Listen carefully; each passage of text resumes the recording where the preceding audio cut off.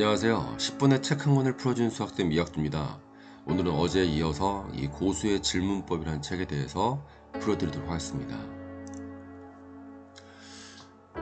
호기심과 이 질문과 지식 축적이 이 세 가지는 선순환되는 조건을 갖고 있어요. 그래서 저자가 자주 던지는 질문이 무엇인지, 예를 들어서 핵심이 뭔가요?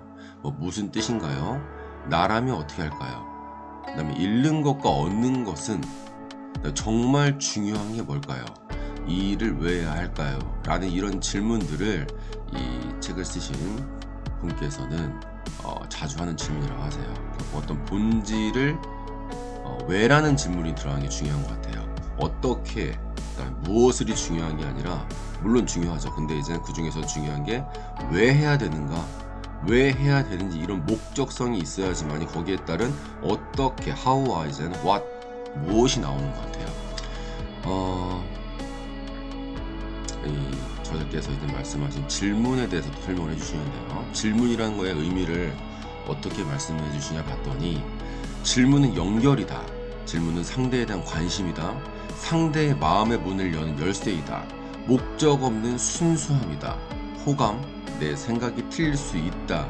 그 다음에 내 상대에게 뭔가 더 배울 수 있다. 저것이 더 알고 싶다. 상대의 관심사가 궁금하다. 상대와의 관계에 있어서 내비게이션의 역할을 한다. 그러니까 질문의 역할, 단순하게 묻는 개념이 아니라 이런 엄청난 의미를 내포하고 있는 것이 바로 질문이라는 거죠.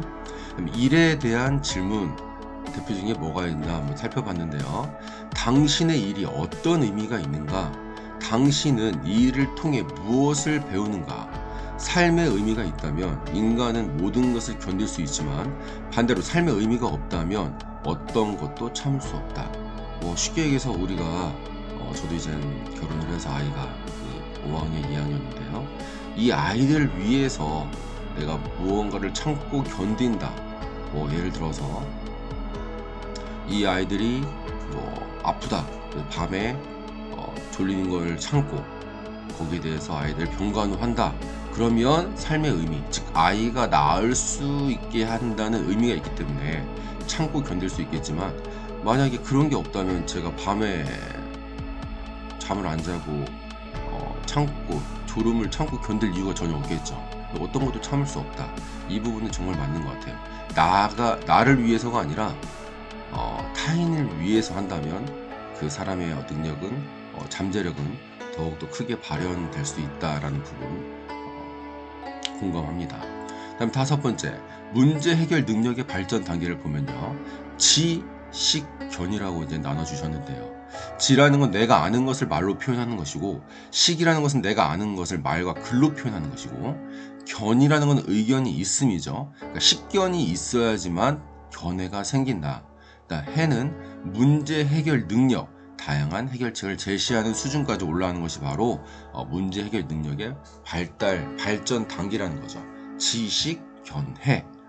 이 부분은 독서와 그다음에 연습, 글을 쓰는 연습, 그다음에 거기에 대해 어떤 사물이나 사건에 대해서 나만의 의견을 갖기 위해서 그런 말과 글로 표현하는 노력, 이런 아웃풋이 계속적으로 축적이 되어야지만이 그 어떤 상황에 대해서 문제 해결 능력과 다양한 해결책이 제시되지 않냐라고 저는 현재 생각하고 있습니다. 그 다음 나오는 내용이요. 일 잘하는 사람의 특징이 나오죠. 간결함을 갖고 있고요. 머릿속에 시뮬레이션을 갖고 있고요. 나는 한 번 읽은 책은 잃어버리지 않는다 라는 책에 나오는 키친 스테디, 이랑 같은 의미로 보면 돼요. 어떤 사건에 대해서 정확한 공식이 있는 거죠. 시뮬레이션이라는 것이. 그래서 경험과 그 경험을 쌓기 위한 노력, 훈련, 이런 것들로 인해서 이 시뮬레이션이 내 머릿속에 자리 잡는 거죠. 그래서 그냥 말로 연습을 해보기, 글로 써보기, 쉽게 해서 아웃풋을 하는 거예요. 독서를 하든 친구랑 대화를 하든 어떤 영상을 보든 말로 연습을 하고 나의 생각을 표현하는 연습을 하고 그것을 글로 써보는 연습, 굉장히 중요하다고 생각합니다. 그 다음에 뭔가 손해본다고 생각될 때 이것 때문에 얻는 것은 뭐가 있을까? 우리가 살다 보면 겉으로 볼 때는 당연히 안 좋아 보이고 마이너스밖에 안 보이는 부분들이 많이 있죠. 근데 어떤 일이든 어떤 사건이든 간에 어떤 물건이든 간에 좋은 것이 있으면 안 좋은 건 섞여 있는 것 같아요. 어떤 상황이든. 근데 거기서 나는 무엇을 중심으로 볼 것인가, 즉 얻는 건 뭐가 있을까를 생각하는 게 굉장히 중요한 삶의 자세인 것 같아요. 긍정적인 삶의 자세일 때만이 나는 거기서 뭔가를 얻을 수 있다라는 거. 아무리 안 좋은 상황에서도 말이죠. 내 아는 것과 익숙한 것은 다르다. 즉 내가 해오던 것이 정답이 아니다라는 거죠. 그러니까 고정관념과 편견을 버려야 된다는 얘기입니다. 왜 최선을 다하지 않았는가? 굉장히 중요한 포인트죠. 어차피 한 번 사는 인생, 내가 그 순간순간에 왜 최선을 다하지 않았는가? 인생을 낭비한 것은 죄라고 누군가가 또 말씀을 하신 적이 있습니다. 그다음에 왜 인생을 허비했는가 생각하고 질문하라. 이유를 찾아서 인생을 허비하지 않고 최선을 다할 수 있는 나의 마인드셋을 갖는 것이 굉장히 중요한 거죠. 우리 그 열정의 배신에 나오는 장인 마인드셋, 이 부분에 대한 내용과 연결되는 부분이에요. 그러니까 완벽한 삶이란 지금 삶의 모습 그대로 살다가 죽어도 여한이 없는 삶이다. 맞죠? 지금 내가 이 모습으로 살고 있는데 갑자기 죽을 수도 있는 거잖아요. 사람의 삶이라는 거는, 생이라는 거는 정해진 게 아니기 때문에.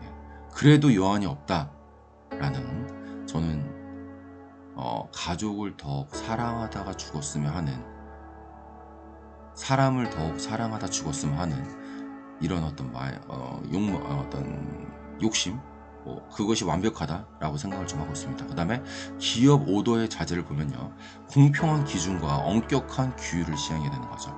물론 사람이라는 게 직원을 보다 보면 더 이쁜 직원이 있고 더 관심이 가는 직원이 있고, 물론 그 반대로 역으로 더 좀 보면은 사람이 보기 싫고 하는 짓이 마음에 안 들고 이런 직원들이 있어요. 그렇지만 개인적인 어떤 감정은 접어두고 공평한 기준과 그 대신 내가 사랑하고 좋아하는 직원이라도 엄격한 규율을 시행해야지만이 기업이 제대로 돌아갈 수 있다. 어차피 기업은 직원들을 어떻게 컨트롤하고 리더로서의 어떻게 리딩하느냐, 이 부분이 제일 중요한 거거든요. 결국 사람이죠. 어느 기업의 어떤 카피라이터 광고도 있었죠. 그 다음에 눈부신 실패는 포상이다. 평범한 성공은 벌이다. 이거는 이제 그 아이폰인가요? 거의 회사에서의 어떤 기준 중에도 하나라고 제가 기억이 언뜻 나는데요. 물론 틀릴 수는 있습니다. 눈부신 실패는 포상을 하되 평범한 성공은 벌을 준다. 즉 엄청나게 실패를 했다는 얘기는 그만큼 엄청난 거를 또 성공을 시킬 수 있다는 반증이거든요. 거기에 대한 어떤 가능성을 제시하고 있는 거고요. 조직원에 대한 질문, 질문을 보면은 어떤 질문이 좋냐, 어떤 점이 만족스럽죠? 불만사항은 무엇인가요? 권한이 주어진다면 무엇을 어떻게 고치고 싶은가요? 세계 최고의 영업직이 100점이라면 당신은 몇 점인가요? 내년 이맘때 몇 점까지 올릴 수 있나요? 여기에는 많은 내용들이 담고 있는데요. 우선 조직에 대해서 내 어떤 그 직원의 자율성과 권한을 주면서 그 직원의 의견을 아웃풋하겠다, 그거죠. 최대한. 그리고 그 직원 개인적인 어떤 능력 개발을 위해서 어떤 배움으로 언제까지 어떻게 나의 능력을 올릴 것인가, 굉장히 중요한 구체적인 포인트라고 생각됩니다. 오늘은 이제 여기까지 또 풀어드렸고요. 오늘도 이제 행복한 하루 되시고, 항상 어떤 상황이나 어떤 일이든 간에 긍정과 부정 중에서 긍정을 선택하시는 삶이 되도록 노력하시면 좋을 것 같아요. 선택도 노력이고 연습이고 훈련입니다. 오늘도 함께 해주셔서 감사드립니다. 감사합니다.